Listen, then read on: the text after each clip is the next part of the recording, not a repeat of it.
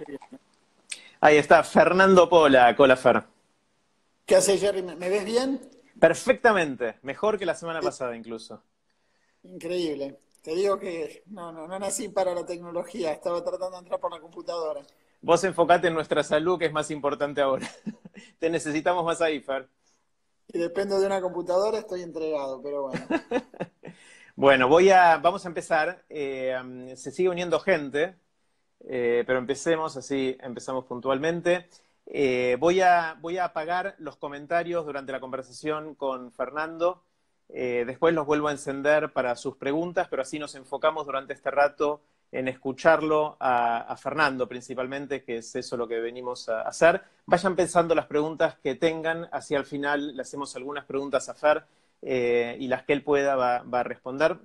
Así que ahora, con su permiso, voy a apagar los comentarios y vamos a seguir conversando con Fer. Les recuerdo que esto es una iniciativa de TEDx Río de la Plata. Yo soy Jerry Garbulski y tenemos el lujo de tenerlo acá a Fernando Pollack.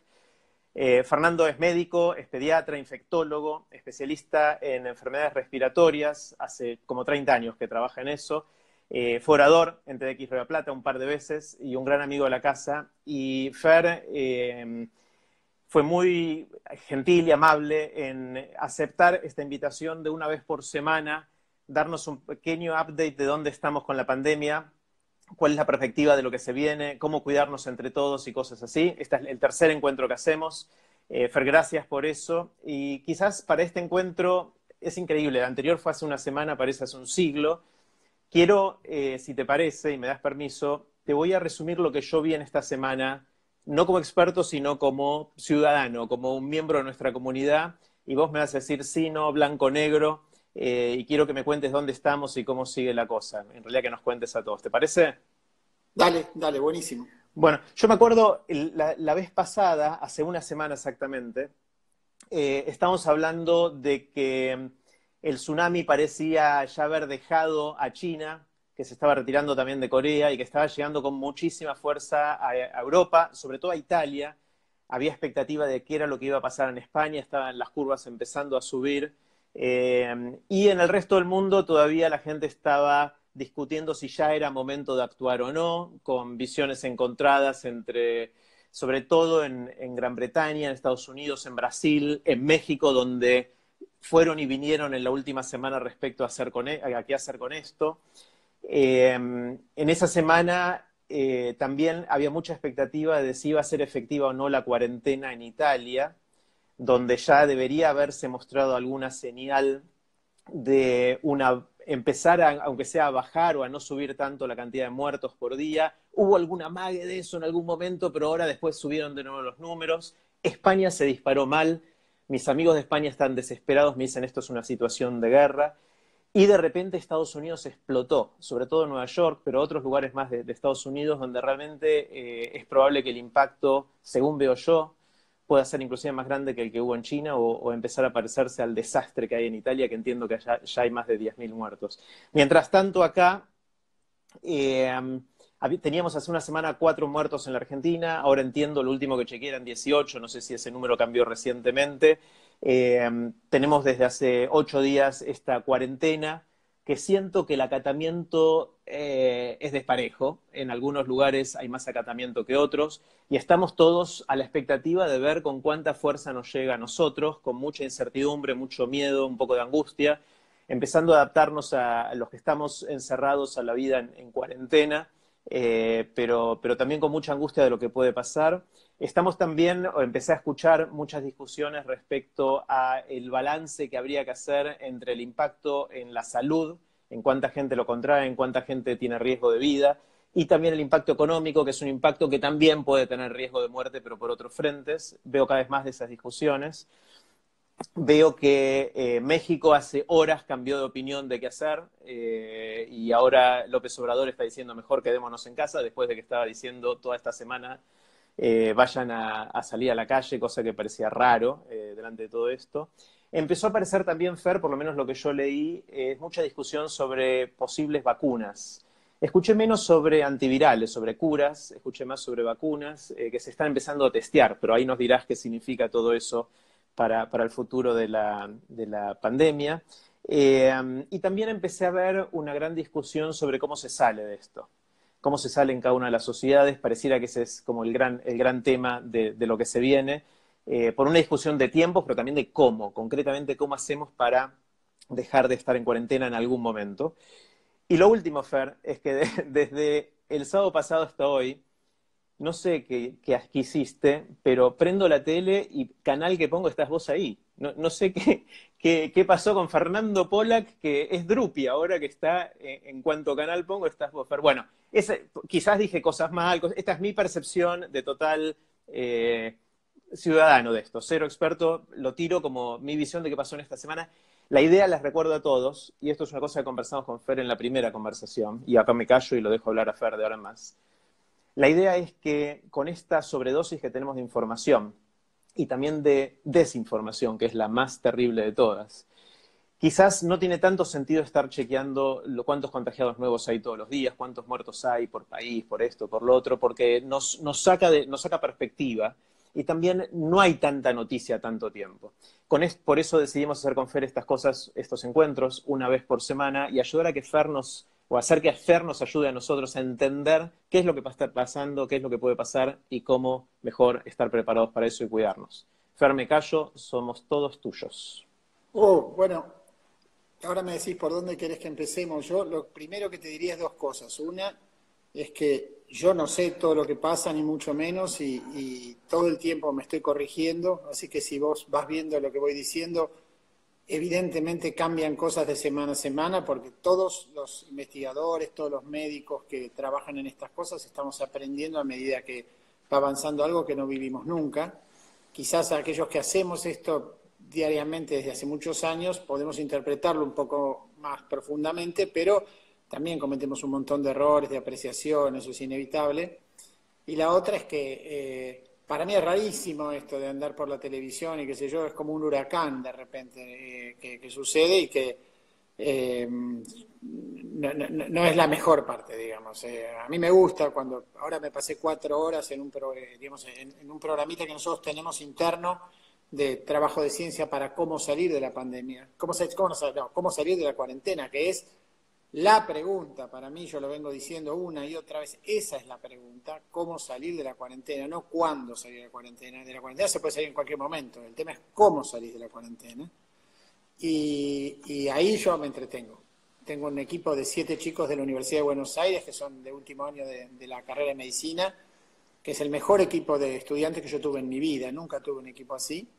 Y estos pibes hacen un trabajo de cada uno leer un país y después bajar toda la evolución del país a lo largo del tiempo y están al día, al minuto, traducen del coreano, del que está en el China, del chino, es una cosa increíble.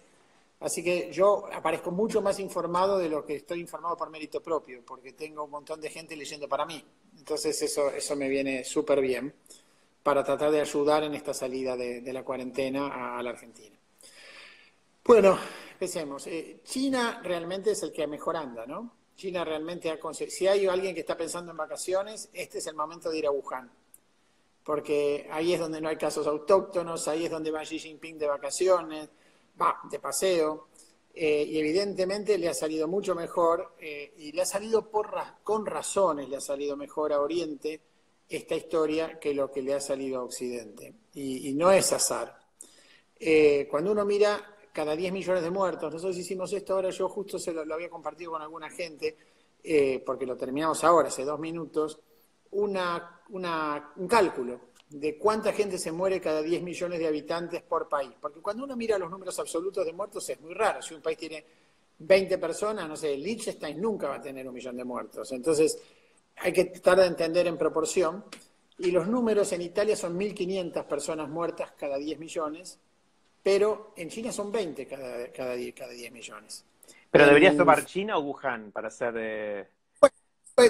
Lo corremos de ahí, pero ponele, España tiene 1.200 cada 10 millones, Inglaterra tiene 600 cada 10 millones, Holanda tiene 500 cada 10 millones, y Singapur tiene 1 cada 10 millones, y los países asiáticos ninguno pasa de 5 cada 10 millones, salvo Corea, que tiene un poquitito más, creo que 20, pero evidentemente estamos hablando de logaritmos no sé, yo no soy matemático, pero a la décima se dice, Jerry. Son órdenes de magnitud distintas. Absolutamente, dos por lo menos. Entre 1 y 2 entre Europa y Oriente. Y eso no es casualidad. Y es absolutamente reproducible si agarra Francia, España, Italia, Inglaterra, Holanda, mismo Alemania, el más parecido a Oriente no es Oriente.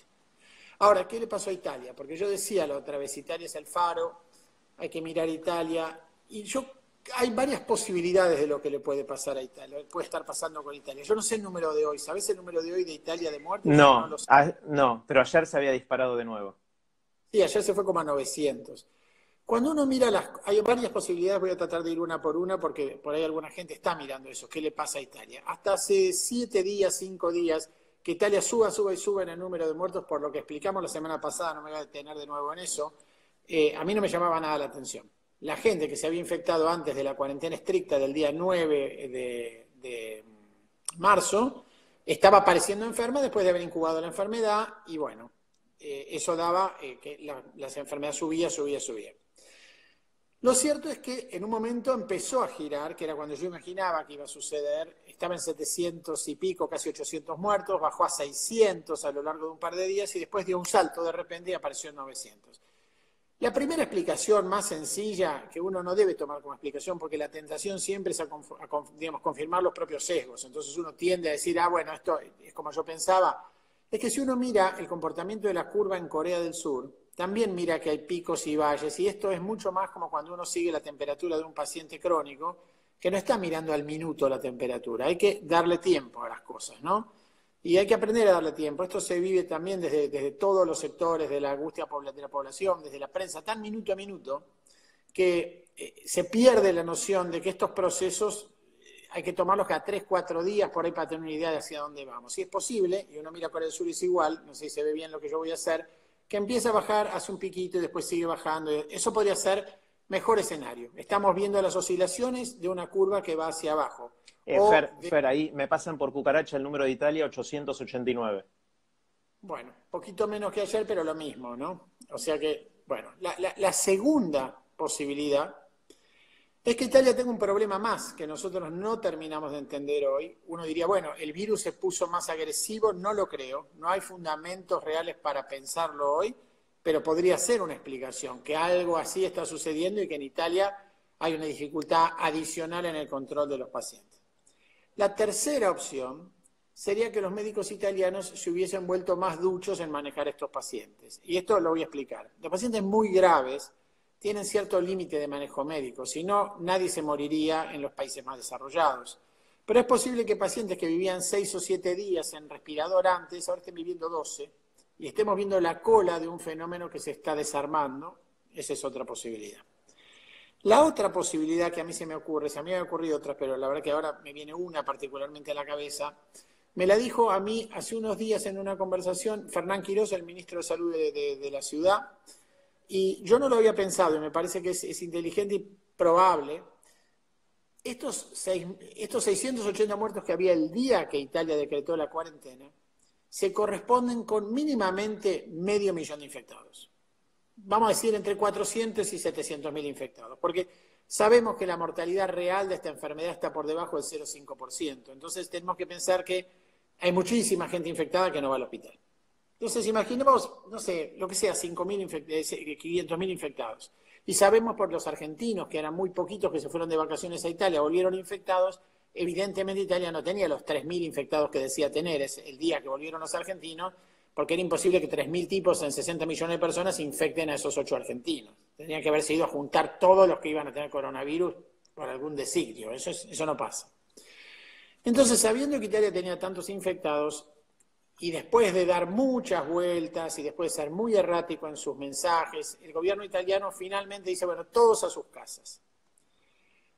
En ese momento vos metés en la casa 680.000 personas que tienen el virus con sus cohabitantes que no lo tienen. Y el rate de infección en la casa es de alrededor del 15%. Entonces uno diría que Italia ese día agregó a la cuenta 100.000 personas más. Si los hubiera dejado sueltos, bueno, por ahí hubiera agregado 1.000.000 de personas más, pero agregó 100.000 porque no había otra solución. La solución es lo que hacen los chinos. Los chinos te mandan a un lugar de campamento a que se te pase la fiebre en estas barracas tipo ejército, y a menos que tengas menos de 15 años, ahí te quedás. O sea que eso es lo que alienta el gobierno chino, al que le ha ido fenómeno, pero bueno, todas estas estrategias se contemplan. Corea nunca hizo eso. Corea nunca puso en cuarentena a la población, y eso tiene una explicación, y la explicación es que en el año 2015 Corea tuvo un viajero de Medio Oriente que le originó en un hospital un outbreak de MERS. MERS es esta otra de las enfermedades de coronavirus, que es otro coronavirus, pero muy parecido, y le salió muy mal al hospital. Corea tuvo 80 y pico de muertos, que hoy parece una joda, pero en ese momento fue un desastre. Y Corea tomó, digamos, una decisión política de largo plazo, en ese momento, de prepararse para la próxima epidemia de coronavirus. Ahí hay un país serio. Entonces, Corea creó un CDC, igual que Estados Unidos, un Centro de Control de Infección, que se ocupa de monitorear todas las infecciones en el país. Creó, y lo hizo todo Oriente también, una definición de...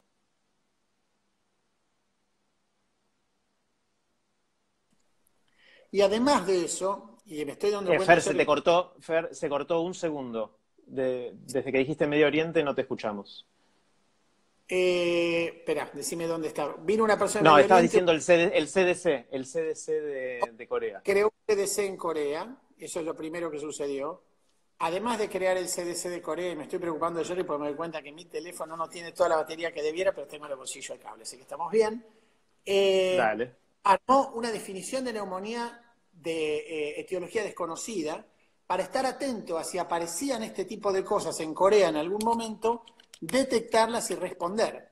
Cosa insólita, ¿no? Imagínate. Y así detectaron los casos los chinos. Los chinos pescan los primeros 4 tipos en el mercado de Wuhan. Perdón, estoy enchufando el teléfono mientras hablamos. Ahí está. Pescan a los primeros 4 tipos en el mercado de Wuhan, esencialmente porque tienen esta definición. Dice, acá hay algo raro. Están apareciendo unos casos que no nos esperábamos, ¿no? Bueno, Corea además arma un programa que desde el gobierno hacia abajo descentraliza, pero indica desde arriba todo el método de monitoreo del país, usa cámaras de control de la población, bueno, eso es discutible, usa una app que baja el gobierno para controlar todo, y arma un sistema en el cual, iniciándose igual que Italia, ahora tiene 120 muertos, Italia está arriba de los 10.000. Singapur, vecino, ventaja, es un estado bastante duro, pero además es una isla, tiene 2 muertos, pero tuvo en el año 2003 una epidemia de SARS, que también tuvo China, y tanto Singapur como China armaron toda una estructura para la próxima. Sabían que esto podía volver a pasar. Y Europa no. Entonces, uno mira a Oriente y ve mortalidades, como decíamos, de 1 en 10 millones, 2 en 10 millones, 5 en 10 millones, 20 en 10 millones, y mira a Europa y ve 300 en 10 millones, 1.500 en 10 millones. Entonces, ese es el escenario ahí. España todavía no puede mejorar, porque España inicia esta cuarentena hace menos de 14 días. Entonces, la expectativa de que España mejore ahora es imposible, falta. E Italia, evidentemente, está teniendo, si la explicación que yo digo es correcta, como la bajada final muy lenta y errática de todo lo que fue juntando más.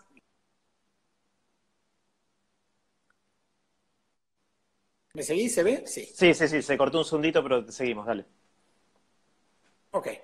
Ahora, hay un tema más en esta situación posible de Italia, y esto es absolutamente una cuestión personal. Yo tengo amigos en Italia que están en el sistema de salud, y alguna de la gente que está en nuestro equipo tiene amigos en Italia que no están en el sistema de salud. Y me cuenta que el cumplimiento de la cuarentena hasta hace no más de una semana era muy flojo en Italia, y la gente iba a trabajar, los diseñadores gráficos en Milán iban a la oficina. Entonces, si uno agrega a esa masa fenomenal de infectados en el norte de Italia desorden, pues bueno, así les va. Entonces, eso sería Europa. Después, si querés, vamos más en profundidad, pero esas serían las alternativas, y vamos para América. Estados Unidos estuvo pidiendo a gritos esto.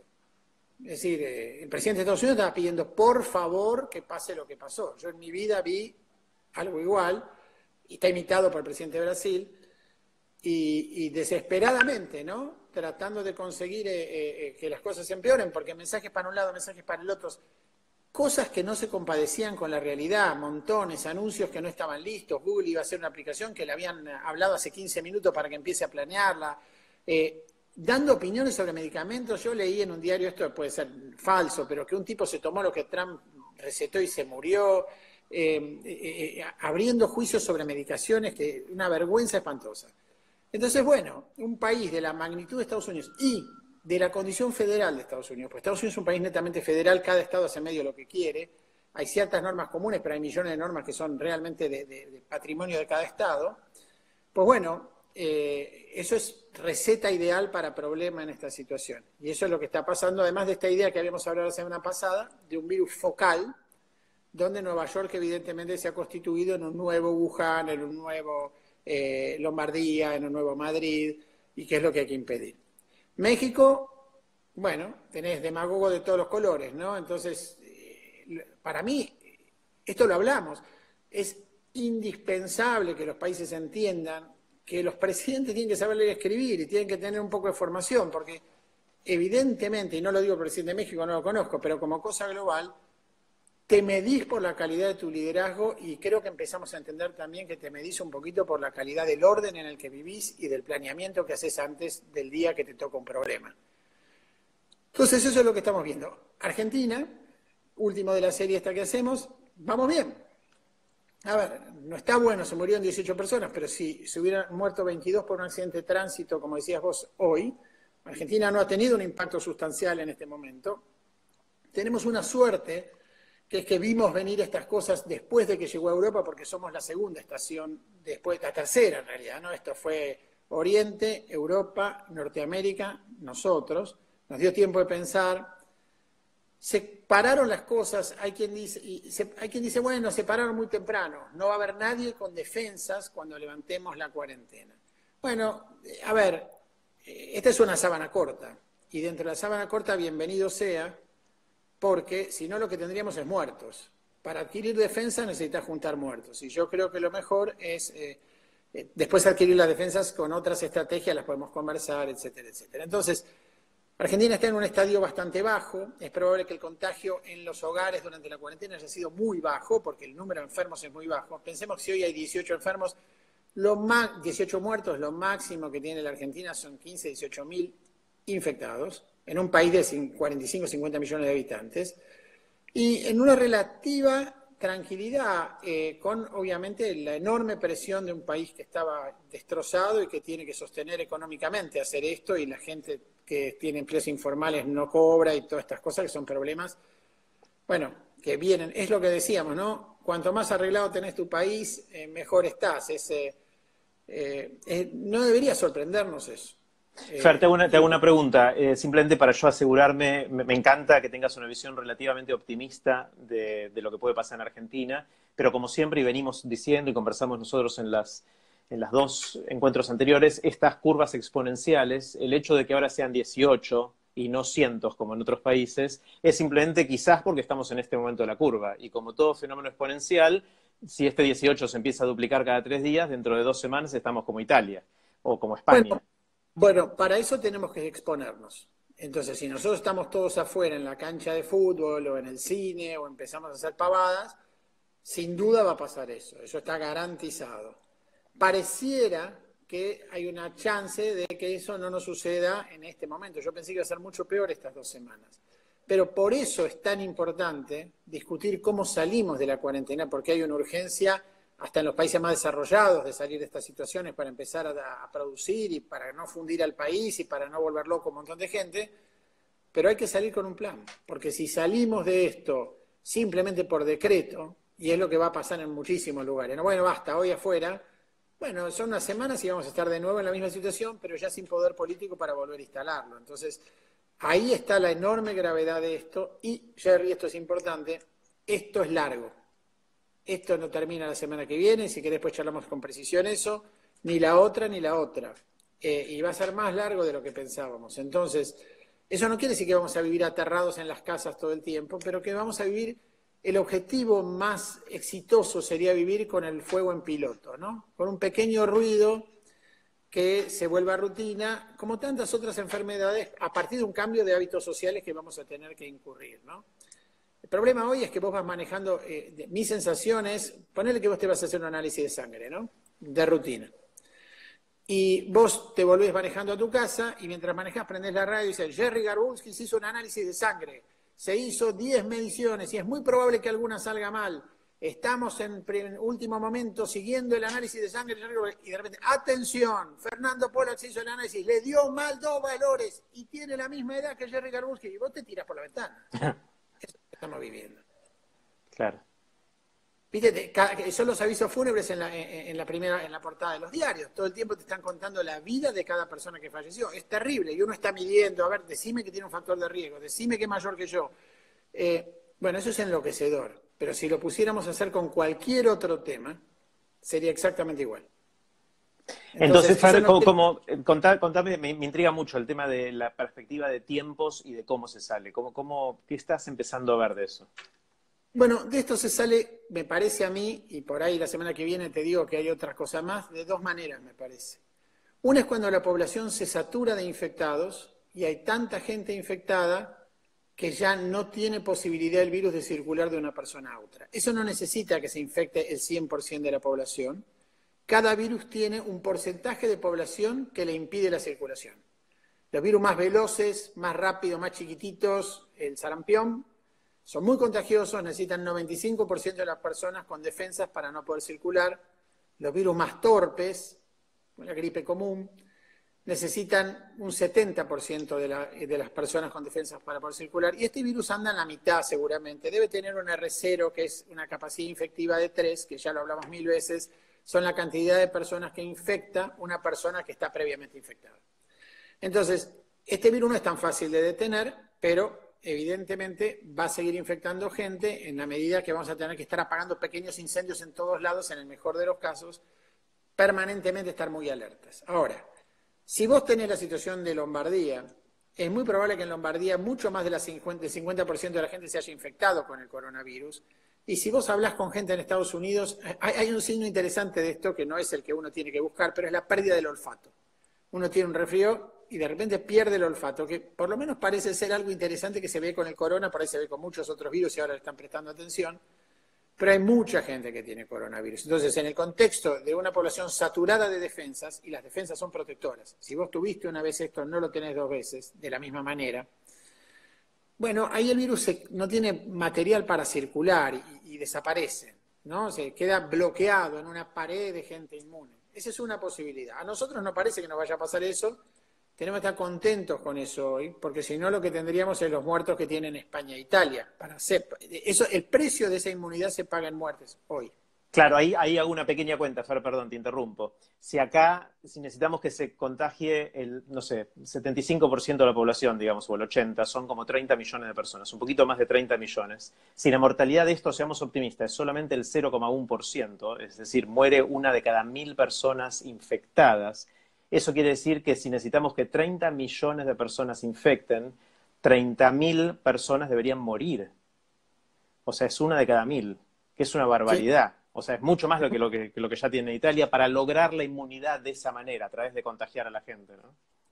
Evidentemente hay otras maneras de frenar esto, porque en buena medida China lo ha hecho, y a pesar de que obviamente tiene la fuerza del garrote China, también tiene un despliegue de salud pública, creo que 18.000 equipos de epidemiólogos buscando infectados, ¿no? A ver, acá nos juntamos 2 equipos, o sea, es impresionante lo que hacen los chinos. Entonces, a los 7 días de tener esta epidemia, los chinos tenían un estudio formalmente diseñado para evaluar drogas para tratarla, pero diseñado en serio, no cualquier porquería, sino en serio, que se publicó hace un par de semanas en la revista más importante de medicina en el mundo, que se llama el New England Journal of Medicine, y que no funcionó, pero los tipos estaban testeando ya, estaban pensando en eso.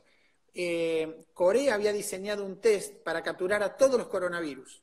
Entonces tenía la posibilidad de saber que había uno nuevo. Y de esa manera pescó que venía esto y ahí fueron a buscar el nuevo. Entonces, evidentemente estos países estaban muy bien preparados, pero también la enfermedad fue focal. Se quedó en Wuhan, en gran parte, en algunas ciudades de Corea, creo que la segunda o tercera ciudad de Corea mayormente. Entonces, es cierto que no es lo mismo por ahí Ushuaia que La Quiaca. Por ahí en alguna ni está el bicho o no tiene ninguna importancia. Pero como regla general es lo que vos decís. Entonces uno dice, ese es un precio que yo creo que la mayoría de los gobiernos y la población no tiene ningún deseo de pagar. Entonces uno dice, bueno, tenemos una situación controlable, salgamos de la situación de control extremo porque a otros países le funciona un control menos extremo. Decíamos, Singapur no tuvo cuarentena hasta ahora cambió, pero tiene 2 muertos, como todo concepto.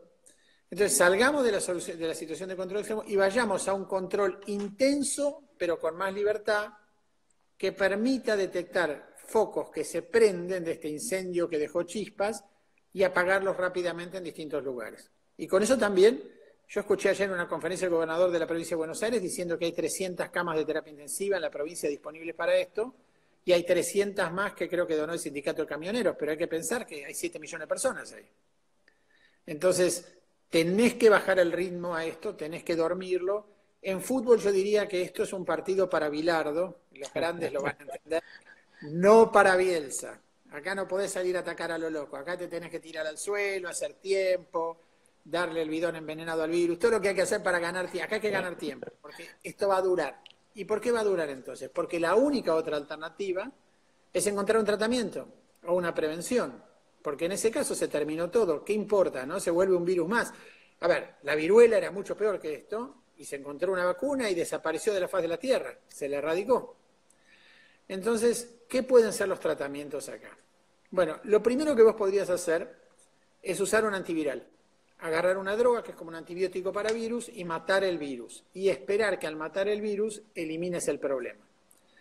El tema con eso es cuándo le das al paciente el antiviral, porque esta enfermedad tiene una característica peculiar que es que en realidad se comporta como una enfermedad bifásica, es decir, tiene una fase temprana de mucha fiebre y malestar, mejora un poco y después en los que les va mal arranca con todo y ahí se arma un lío. En ese momento que viene la segunda fase de la enfermedad, es probable que el antiviral sea tarde de dar, porque va a ser un momento en el cual ya el virus no es el que comanda el problema. Algo raro está pasando en el organismo de la gente grande en ese momento, de solamente la gente grande se enferma gravemente, ¿no?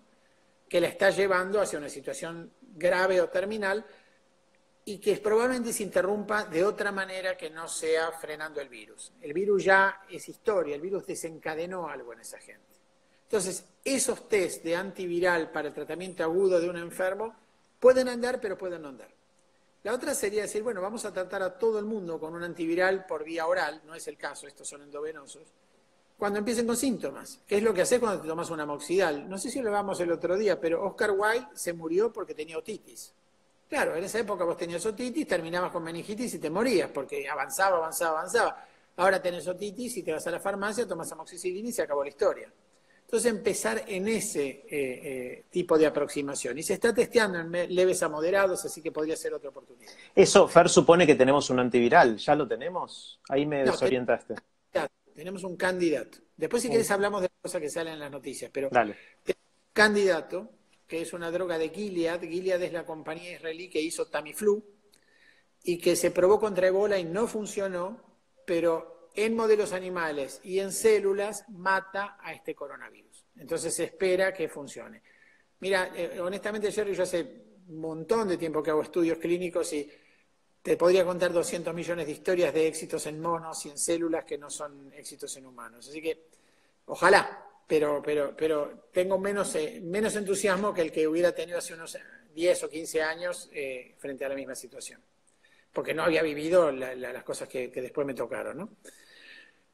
Eso, si funciona, nos vamos a enterar muy rápido. Y en 3, 4 meses vamos a estar viendo la aparición de antivirales.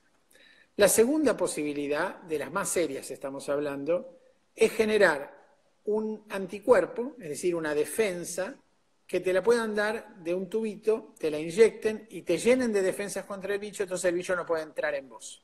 Eso sería una vacuna. Eso sería lo que se llama un anticuerpo monoclonal que se llama protección pasiva. El equivalente para entender bien esto es tu mamá pasándote anticuerpos por la placenta. ¿Viste que tu mamá te pasa defensas por la placenta cuando estás antes de nacer? Bueno, esto es lo mismo. En vez de tu mamá te las inyectan. Entonces te pasan defensas que las hicieron afuera del cuerpo en un laboratorio.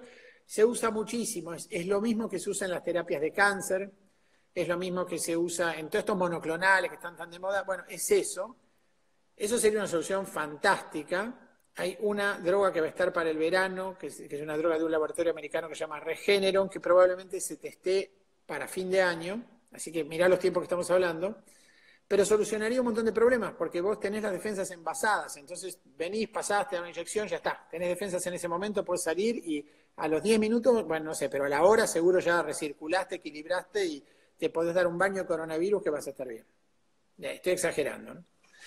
La tercera posibilidad, me la morfé, es anterior a la de lo monoclonal, es parar la segunda fase de la enfermedad. Esta enfermedad bifásica, atacarla en la segunda fase y apostar a que algunas moléculas del sistema inmune sean las responsables de esa segunda fase. Entonces hay otros monoclonales que en vez de pegarse al virus se pegan a moléculas del sistema inmune para tratar de calmarlas en el medio del despelote que se origina cuando un paciente está grave. Veremos si funcionan, son de Regeneron y bueno, ahora van a empezar estos estudios, así que también vamos a tener novedades este año. Y después hay vacunas. Y esto es interesante, a mí me parece importante, no sé si lo hablamos, pero si no vale la pena hablarlo. Esta es una enfermedad que causa tal nivel de ansiedad que cualquier chanta puede salir a decir que descubrió cualquier cosa. Y hay pilas de chantas en el mundo. Entonces, salen, tenemos la vacuna, la teníamos guardada en el granero de mi abuela, la sacamos, ahora, todas esas pavadas. Bueno, es muy complicado hacer una vacuna y antes de que haya testeos formales como hay hoy con tanta seguridad, hubo grandes problemas cuando una vacuna no se testeaba. Entonces, es muy importante evaluar una vacuna para saber que es segura, para saber que funciona, para saber que protege, antes de dársela a la población. Y nadie en la comunidad de vacunólogos del mundo, de la que yo formo parte, además conozco muy bien, estaría dispuesto a soltar una vacuna. Bueno, veamos qué pasa. Mucho menos en una enfermedad que verdaderamente mata a una persona de cada 1000, porque ¿qué beneficio tenés si la vacuna de repente te genera una enfermedad inesperada y te ves en un problema monstruoso? Entonces, ese proceso es mínimamente 8 o 10 meses, tal vez un año. Entonces hay dos vacunas, una de una compañía que se llama Moderna, que tiene un diseño, y una que se llama Novavax, que tiene otro diseño. Ambas tienen mucha promesa, pero tienen mucha demora, porque primero hay que ver que sean seguras, hay que testearla en voluntarios sanos, y recién ahí vamos a tener una solución si esto funciona. Entonces, o nos infectamos todos de a poquito, o encontramos alguna de esas estrategias para pararlo. Pero lo que está como lección clara es que cualquiera de estas cosas, salvo el antiviral, va a demorar. La ciencia demora, vos lo sabés de memoria, no hay soluciones mágicas. Solución mágica es lo que hizo este señor de Francia, que se levantó con una idea, agarró y la escribió, y después salió a hacer una presión mediática diciendo que eso era fantástico, porque hoy, en este nivel de angustia, cualquier idea se vuelve una demostración científica. Pero es nada más que una idea. Y como idea puede ser buena, pero puede ser mala. Y en general, en ciencia, la balanza está del lado de las malas ideas. 99 de 100 son hipótesis que no van a ningún lado. Si no, no habría enfermedades. Fer, entonces, si te entiendo bien, como falta mucho para que estén los antivirales, meses, varios meses por lo menos, y mucho más para que haya vacunas o los tratamientos inmunológicos monoclonales, tenemos que manejarlo con políticas de restricción del contacto social y ver cómo ir soltando o no esas cosas para que la economía no se pare del todo y no genere más problemas que lo que estamos tratando de resolver por otro lado, ¿no? Entonces, el gran problema es el timing de esa salida y los mecanismos. Entiendo que los mecanismos serían hacer algo progresivo y no de una liberar todo y decir, ya estamos bien por lo que decías antes. ¿Cómo son esos mecanismos? Y estamos hablando en el caso de Argentina u otros países de América Latina, ¿de semanas o de meses? No, estamos hablando de semanas. Y los mecanismos no es necesariamente tanto la progresión, sino la existencia de un plan racional para llevarlo a cabo. Es decir, hay sectores de la población que tenés que tratar de manera diferente que otros sectores de la población. Bueno, le puedes decir a una persona de 80 años que salga al cine ahora. Lamentablemente no podés, pero tampoco le puedes decir que se quede encerrada todo el día y no vea más a sus nietos y vive en aislamiento. Entonces, tenés que encontrar un compromiso de seguridad para las poblaciones de riesgo. Primer punto. Segundo punto, vos no podés permitir que un día te des vuelta y todo el barrio de Palermo, en la ciudad de Buenos Aires, está infectado por coronavirus, porque firmaste el cheque para el desastre. Entonces vos tenés que tener un sistema de detección muy rápida que te permite identificar a cada infectado, y ahora hablamos si querés un poquito de esto, y a sus contactos más cercanos, sabiendo que más o menos 1 de cada 8 de sus contactos, ya dijimos 15% hoy en la charla, se va a infectar. Entonces vas a decir, bueno, voy a guardar al infectado y voy a guardar a la gente que está alrededor de él en la casa, por ahí menos tiempo, porque si no voy a esperar que tengan síntomas antes, pero voy a separarlos de la sociedad unos días hasta que puedan volver a circular. Tenés que tener alguna manera de cubrir a las personas que están con trabajos informales, porque van a tener un incentivo para ir con fiebre al trabajo, porque se van a morir de hambre, si no. Entonces tenés un fenómeno bien complejo y tenés que, y esto vos me lo preguntaste en alguna de las charlas y yo creo que ahora está perfectamente claro para mí, tenés que utilizar la tecnología. Acá no podés hacer un llamado a la buena voluntad. Hoy yo fui a comprar algo a la verdulería y había 700 personas en la calle, en Belgrano. Entonces, necesitas un sistema de control que permita saber quién es el infectado y quién no, y que permita aislarlo y permita a la gente también de alguna manera, sin hacer una cosa de señalamiento social ni nada por el estilo, protegerse. Por ejemplo, un tipo te sube al colectivo y te sube infectado y te puede hacer un desastre en el colectivo. Hay algunos sujetos que se llaman hiperdiseminadores que infectan a mucha gente de golpe. En un call center de Corea, una persona infectó como 130 personas, en una sinagoga de pasó algo muy parecido.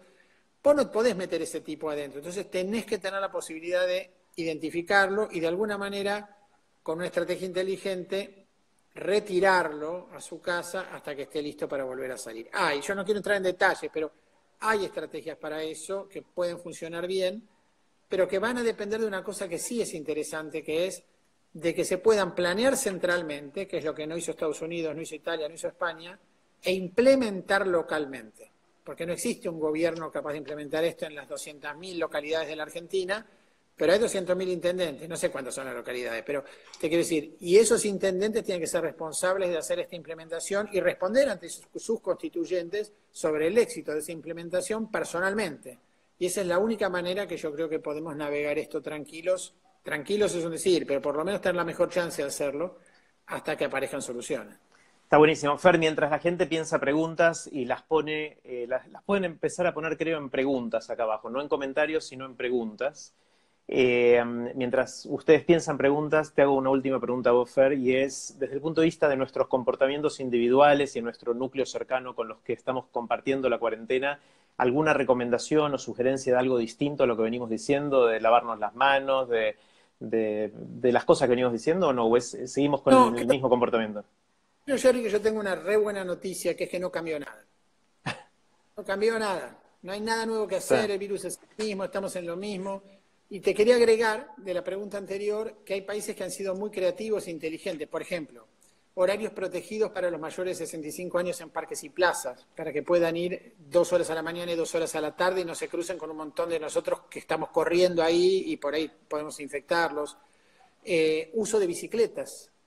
Está bien, son consejos de clase media, eso está, pero bueno, va a haber que pensar en todos los estamentos de la sociedad cómo conseguir cosas. Suecia, por ejemplo, fomenta mucho el uso de bicicletas, porque en la bicicleta no te puedes contagiar. ¿Cómo vas a contagiarte de otro tipo? Entonces, bueno, todas esas estrategias van a tener que empezar a pensarse y si conseguimos navegar esto relativamente bien, si no, bueno, nos va a pasar lo que le pasa a los países y por ahí es así. Pero si fuera que conseguimos navegarlo relativamente bien, vamos a civilizarnos, creo. Cosa casi imposible, solo esto lo podía hacer. Fer, te hago algunas de las preguntas que están empezando a llegar. Acá hay una pregunta que dice, ¿qué opinás, Fer, de la vuelta a la escuela? Para que los chicos y las chicas vuelvan a la escuela. ¿Cómo debería ser eso? ¿Cuándo? Sí, bueno, va a haber que volver a la escuela en algún momento. Vamos a tener que decidir va a tener que decidir el presidente de la República con sus ministros de Salud y de Educación hacerlo. No sé cuándo, yo creo que no es la primera cosa, y creo que lo dijo él también, a hacer el día que levantás la cuarentena. No, digamos, los chicos son un caldo de infección. No sé si conté esto, pero en Japón había un programa de vacunación de los chicos de la escuela primaria y casi no había enfermedad en los ancianos. Los japoneses les encantan las vacunas, no sé por qué, pero son fanáticos de este tipo de intervenciones. Y en un momento hubo un movimiento nacionalista en Japón que empezó a objetar que la vacuna, qué sé yo, sacaron la vacuna, se llenó de enfermedad en los ancianos. Entonces los chicos son un caldo de cultivo para estas cosas y hay que pensarlo de una manera inteligente. Singapur nunca suspendió las clases, pero Singapur, por ejemplo, no mezcla grados, se sale al recreo por turnos, no hay actos comunes, todas las actividades que mezclan gente, música, no sé, artes, se hacen virtualmente. Es decir, bueno, empieza a venir una época totalmente nueva que habrá que copiar, porque no es que nosotros la vamos a inventar, y habrá que mirar qué hacen los países que van adelante nuestro. Lo bueno de esto, yo no te lo dije nunca, creo esto, es que vos vas caminando por el bosque y estás en pleno periodo de la época de los dinosaurios, y adelante van China, Italia, España. Entonces, la típica de la película, viste que aparece el dinosaurio con la boca inmensa y se morfa a los de adelante. Nosotros tenemos un poquito de tiempo a correr todavía. Entonces, vamos a tener que ir mirando cómo van los de adelante para tomar las decisiones atrás, ¿no? Acá hay varias preguntas, Fer, respecto a las diferencias en Europa, que son países no tan distintos, pero pareciera que las estadísticas, por ejemplo, tomando un contraste entre Alemania e Italia, son muy, muy distintas. ¿Cómo es que Alemania logra contener más que Italia? ¿Sabemos? Bueno, si vos me haces esa pregunta específica, yo te puedo dar especulaciones, pero yo diría que no hay grandes diferencias en Europa. Yo diría que Europa está muchísimo peor que Oriente, muchísimo peor que Oriente, y no tenía motivos para estar muchísimo peor que Oriente porque los índices de salud típicos, que son la expectativa de vida, la mortalidad infantil, no son distintos entre Europa y Oriente. Sin embargo, hablábamos recién que había 2 unidades de magnitud de diferencia entre lo que se muere en Italia, en España, y 1 y pico entre lo que se muere en Inglaterra, en Holanda, en Francia, comparado con cualquier país del sudeste asiático. Entonces, primero pongamos eso en perspectiva. A Alemania no le va como le va a Japón, pero le va mucho mejor que a Italia. ¿Qué le pasa a Italia? No sé, viste, yo vi otras situaciones en salud cuando pasan estas cosas, todo el mundo empieza a revolear culpas por todos lados y la verdad que no tenemos una explicación clara de qué pasó con Italia. Evidentemente, si uno mira que Italia decreta la cuarentena a 16 días del primer caso detectado, con 680 muertos, y nosotros a 21 días del primer caso detectado, no, al revés, Italia a 21 días, 80 muertos, y nosotros a 17 con 3 muertos, Italia no venía de 21 días. O sea, Italia venía de varias semanas en los que había, evidentemente, turistas chinos que habían dejado ahí el virus, Italia no se había avivado. Cuando Italia se da cuenta que tiene este problema, que no tenía definición de neumonía de origen desconocido, como tenían todos los países asiáticos para detectarlo, que no tenía un instituto de pesquisas para ver si pasaba esto, porque nunca pensó que le iba a pasar. Bueno, eso sería la explicación que yo te ofrecería hoy, demasiado tarde. Cuando yo veo las diferencias bestiales entre Oriente y Europa, también me pregunto si no hay un factor ambiental, si no hay un factor genético, si no hay un factor dietético, algo más, porque se ven enormes. Y si son efectivamente puramente de implementación y logística, argumentan que la primera prioridad para los pueblos y ocuparse de que sus gobernantes la implementen en serio. El otro día yo tengo un amigo en Imperial College con el que trabajo muchísimo y estábamos hablando, ¿no? Trabajamos mucho en asma y enfermedades respiratorias. Él originalmente es bosnio y es un tipo de un talento extraordinario. Me dice que baja a comprar algo ahí al kiosquito, enfrente de Imperial hay un negocito para comprarte comida y la señora que está atendiendo le dice, se llama Adnan, le dice, y Adnan, dígame, ¿qué conclusión saca de esto? Y él le dice, bueno, al fin se sabe cuáles son las profesiones indispensables, ¿no? Porque ¿quiénes están afuera circulando? Y me parece que, más allá de que yo no atiendo, así que yo no soy indispensable en esto, pero los médicos, los conductores activos, los basureros, hay un montón de gente que está saliendo a la calle para mantener el país andando, que evidentemente en una emergencia es la primera con la que tenés que poder contar, la policía. Entonces, bueno. Fer, las veces pasadas ya hablamos de este tema, pero vuelve las consultas porque es un tema que parece que preocupa a mucha gente, porque hay mucha gente con asma. El asma entiendo que es una condición bastante extendida en nuestra sociedad y al ser esto una enfermedad respiratoria, mucha gente que tiene en su familia personas con asma está preocupada. ¿Tienen que estar preocupados o no? Preocupados porque tienen hijos con asma, no tienen que estar preocupados. Porque en Italia los números muestran que no muere nadie menor de 20 años con todos los muertos que hay.